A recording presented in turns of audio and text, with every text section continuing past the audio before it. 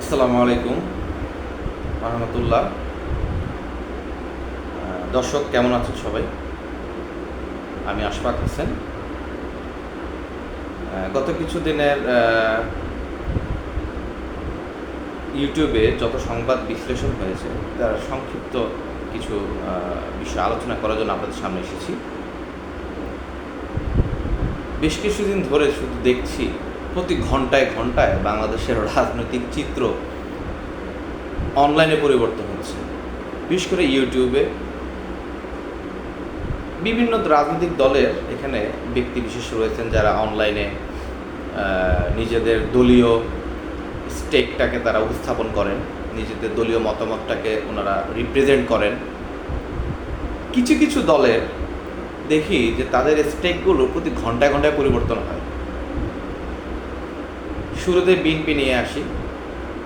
বিএনপির প্রতি ঘন্টায় ঘন্টায় স্টেকগুলো পরিবর্তনের কোনো আমরা দেখি না, কারণ বিএনপি সরাসরি আসলে দেশের মাঠে ময়দানে কাজ করতেছে, গ্রাম পাড়া মহল্লায়। বিএনপি নিয়ে অনেক অভিযোগ আছে, এটা সত্য, বাট প্রকৃত যে কাজটা বিএনপি মাঠে করতেছে।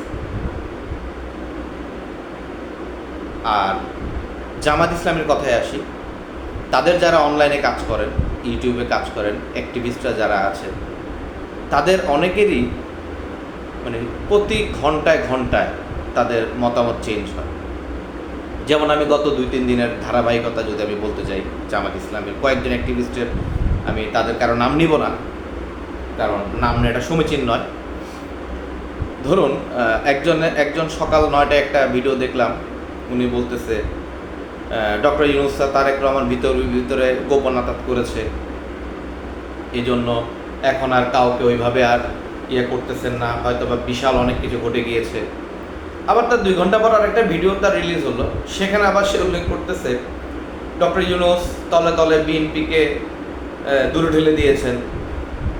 আবার 2 ঘন্টা পরে আসতেছে ডক্টর ইউনূস সরকার ইসলামী দল মিলে বিএনপিকে কোণঠাসা করে ফেলেছে।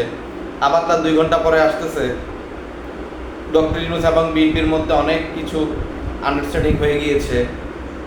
ইভেন তো আজকেও দেখলাম একবার বলতেছে বিএনপি, তারেক রহমান দেশে আসলে বিএনপি সরকারি দল, এনসিপি বিরোধী দল, জামায়াত তৃতীয়। ঠিক তার কিছুক্ষণ পরে তাদেরই একই ব্যক্তির আরেকটা ভিডিও বের হলো যে সরকার তলে তলে এমন কিছু কর্মকাণ্ড করে ফেলেছে যা বিএনপি কল্পনা করতে পারেনি। আসলে স্টেকটা কি আমাদের মানুষকে বোঝানোর কাজটা কি? মানুষকে বোঝানোর কাজটা কি ক্ষণে ক্ষণে রং বদলানো? সেটা হোক বিএনপি, হোক জামায়াত, হোক এনসিপি, হোক XYZ, যে কোনো পলিটিক্যাল পার্টি। আমাদের উদ্দেশ্য কি? আমাদের উদ্দেশ্য হচ্ছে যারা অনলাইনে কাজ করেন, আমরা তো জাস্ট দেখি, হয়তো বা শখের বয়সে কথা বলতেছি, বাট আমরা দেখে বিশ্লেষণ যেটা করতে পারি আদতে, যারা অনলাইনে কাজ করেন বা অনলাইনে সেটা নিজ দলের হোক, দলীয় ভাবে হোক, একেবারে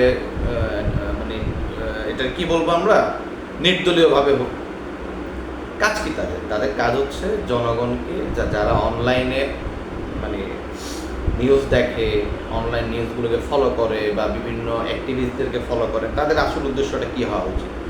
তাদের উদ্দেশ্য কোনো দল না। যারা সম্পূর্ণ দলীয় বক্তা, তাদের একরকম স্ট্যান্ড থাকবে, বাট তারপরে স্ট্যান্ডের ভিতরে অনেক কিছু স্ট্র্যাটেজি মেনটেন করা উচিত তাদের। মানুষকে প্রকৃত তথ্য সরবরাহ করা। অনলাইনকে কেন আমরা গুজবের মেশিন বলা হয়? বর্তমানে অনলাইনকে কিন্তু গুজবের মেশিন বলা হয় বা মিথ্যা তথ্যের ভান্ডার বলা হয় কেন? এই অনলাইনের অ্যাক্টিভিস্টদের কারণেই। তাদের কাজ হচ্ছে, যেহেতু আমরা গত 16 বছর আমরা মিডিয়াতে, আমাদের মিডিয়াগুলো স্বাধীনভাবে কাজ করতে পারে নাই, বা তারা একপাক্ষিক আওয়ামী লীগের পক্ষে কাজ করেছে, বিধায় আমরা অনলাইন মাধ্যমটাকে বেছে নিয়েছিলাম। কিন্তু এই বেছে নেওয়ার উদ্দেশ্য তো এই নয় যে আমরা প্রতিনিয়ত মিথ্যা তথ্য সরবরাহ করতে হবে আমাদেরকে। আমাদের যারা অনলাইনে যারা অ্যাক্টিভিস্ট আছেন, যারা ইনফ্লুয়েন্সার বলি আমরা, তাদের উচিত, যারা ইনফ্লুয়েন্সার মূলত, কোনো দলকে প্রশ্রয় না দিয়ে যে অমুক দল ভালো তমুক দল ভালো, না, কেউ বিএনপিকেও ভালো বলার দরকার নেই, জামায়াতকেও ভালো বলার দরকার নেই, এনসিপিকেও ভালো বলার দরকার নেই, সরকারকেও ভালো বলার দরকার নেই। তাদের উচিত প্রকৃত তথ্য রিপ্রেজেন্ট করে মানুষের কাছে পৌঁছে দেয়া, মানুষের কাছে প্রকৃত তথ্যটাকে, সত্যটাকে উন্মোচন করা। তো এই ক্ষেত্রে আমি গত প্রায় 16 বছরই ধরেন আমি অনলাইনে, আমি প্রতিনিয়ত আমি নিউজ দেখতাম। টিভিতে তো আসলে এইভাবে কিছু পেতাম না। তো বাস্তবিক অর্থে যেটা বুঝলাম যে আসলে আমাদের মিথ্যা তথ্য সরবরাহ ইনফ্লুয়েন্সারদের থেকে হয় বেশি। যেমন ছোট্ট একটা উদাহরণ দেই, সালাউদ্দিন আহমেদ গুম হয়েছিলেন, উনি ভারতে ছিলেন, এই জন্য ওনাকে র এজেন্ট বানানো হলো। উনি গুম কমিশনে জাস্ট গিয়ে দেখা করে এসেছেন, উনি কোনো অভিযোগ করেননি, কোনো ট্রাইব্যুনালে কোনো মামলা করেননি। এটা নিয়ে হুলস্থুল কর্মকাণ্ড ঘটে গিয়েছে কিন্তু কিছুদিন অনলাইনে। বাট ফরহাদ মাজহার, উনিও কিন্তু গুম হয়েছিলেন। উনি তো অদ্যাবধি আজ পর্যন্ত গুম কমিশনে যাও, মানে ট্রাইব্যুনালে মামলা করা বা অভিযোগ করা দূরে থাকুন, উনি তো গুম কমিশনে গিয়ে সাক্ষাৎ করে আসেননি। তো যারা সালাউদ্দিন সাহেবকে নিয়ে খুব লাফালাফি করেছেন, তাদের সাথে কিন্তু আবার ফরহাদ মাজহারের খুব কঠিন সম্পর্ক। তারা কিন্তু ফরহাদ মাজহার সম্পর্কে বলেন না। But why? এখন সালাউদ্দিন সাহেব বিএনপির একজন ভালো পজিশনে আছেন, বা স্থায়ী কমিটির সদস্য, বা বিএনপি সামনে ক্ষমতা যাওয়ার নিরঙ্কুশ সম্ভাবনা, সেই কারণেই কি বিএনপি বিরোধিতা? তো সামগ্রিকভাবে আমি ব্যক্তিগতভাবে মনে করছি, সামগ্রিকভাবে বিএনপিকে আসলে অনলাইনে হেনস্থাটা করছে চতুর্মুখীভাবে। বাট বিএনপি একটা জায়গায় তাদের কাজটা, আমার সে খারাপ করুক ভালো করুক যাই করুক, একটা জায়গায় আমার পছন্দ, সেটা হচ্ছে তারা গ্রামে, মহল্লায়, পাড়ায়, জেলায়, মহানগরে সব জায়গায় সশরীরে কাজ করছে। আর অন্যান্য দলগুলো অনলাইনে বকর বকর পটর পটর করে চলছে। এটা ঠিক না। অনলাইনেও আপনাদেরকে কাজ করতে হবে, আবার মানুষের কাছে গিয়েও কাজ করতে হবে, ফিজিক্যালি ফিল্ডে আপনাদের কাজ করতে হবে। আপনাদের কিন্তু সব এই দুই দিকেই নজর দিতে হবে। যতই আপনারা বলুন অনলাইনেই ইনফ্লুয়েন্স হবে, পসিবল না। যদি অনলাইনেই সব কিছু পসিবল হতো, ভোটারদেরকে ইনফ্লুয়েন্স করা যেত, তাহলে কিন্তু ট্রাম্প কখনোই আমেরিকার প্রেসিডেন্ট হতে পারত না। ইম্পসিবল। অনলাইনে যদি সব কিছু ইনফ্লুয়েন্স করে যদি সম্ভব হতো, চীনেও এই শাসন ব্যবস্থা থাকতো না। অনলাইনে যদি সব কিছু সম্ভব হয়ে যেত, ভ্লাদিমির পুতিন রাশিয়ার প্রেসিডেন্ট এখন পর্যন্ত থাকতে পারতেন না। অনলাইনে ইনফ্লুয়েন্স করে যদি এত কিছু করে ফেলা যেত, অন্তত মানবিকতার কারণে ইসরায়েলের প্রধানমন্ত্রী নেতানিয়াহুকে তাদের দেশের জনগণ, ইহুদিরা দৌড়ের উপর রাখত। But it's not possible. এটা সম্ভব না। অনলাইনের মাধ্যমে সকল কিছু সম্ভব না। অনলাইনে ইনফ্লুয়েন্স করে কি মোদিকে হটানো গিয়েছে? মোদি তৃতীয়বার প্রধানমন্ত্রী হয়েছে ভারতের। বিশ্বে অনেক দেশে এরকম আছে। বাট আমরা যদি মনে করি আমরা অনলাইনে খুব অ্যাক্টিভ, ইহা সত্য না। আমাদের দেশের এখনও সর্বোচ্চ গেলে 15 থেকে 20% লোক অনলাইন কন্টিনিউ ব্যবহার করে। বাকি 70 to 75% লোক অনলাইন ওইভাবে ইউজ করে না। আর এর ভিতরে 50% লোক তো অনলাইন জিরো ইউজার।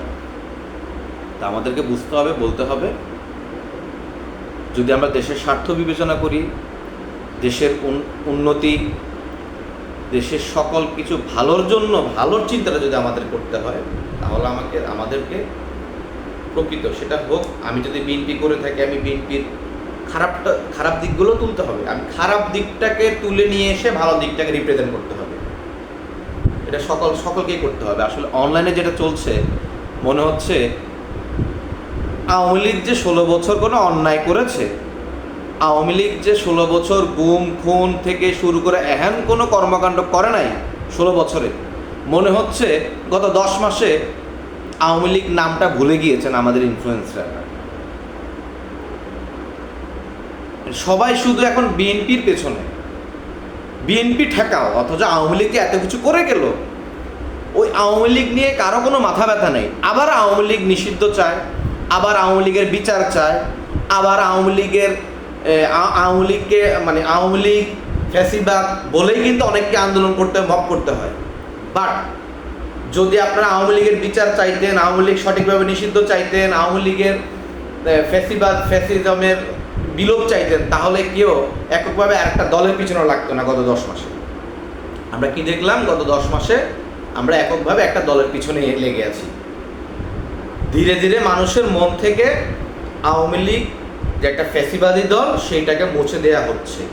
আমি বলবো বিএনপির পেছনে লাগা বা বর্তমান ফ্যাসিবাদ বিরোধী রাজনৈতিক দলগুলোর মধ্যে বিভেদ তৈরি করে দেয়া, এক এক দলের পেছনে লাগা মানে হচ্ছে এটা একটা ক্রিটিক্যাল ইস্যু, এটা হচ্ছে হিডেন পলিসি। এদের মধ্যে ফ্যাসিবাদ বিরোধী দলগুলোর মধ্যে বিভেদ তৈরি করে দিয়ে আওয়ামী লীগের নামটা মুছে ফেলা। ওই নাম মুছে ফেলা না, আওয়ামী লীগ টিকে থাকবে। আওয়ামী লীগ যে ফ্যাসিজম ছিল আওয়ামী লীগের, আওয়ামী লীগ যে 16 বছর গুম করেছে, খুন করেছে, লক্ষ লক্ষ কোটি টাকা পাচার করেছে, দুর্নীতি করেছে, আমাদের স্বাধীনতা হরণ করেছে, বাক স্বাধীনতা হরণ করেছে, এই আওয়ামী লীগের খারাপ কাজগুলিকে মুছে দেওয়ার উদ্দেশ্যই হচ্ছে বিএনপির পেছনে লাগা।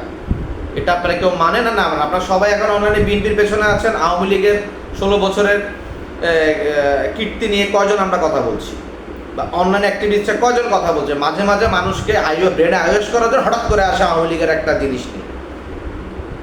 এতে বোঝা যায় বাংলাদেশের ভিতরে একটা পার্ট কাজ করছে বিএনপিকে অনলাইনে সামনে নিয়ে এসে আওয়ামী লীগের 16 বছরের শাসনটাকে মুছে দিতে।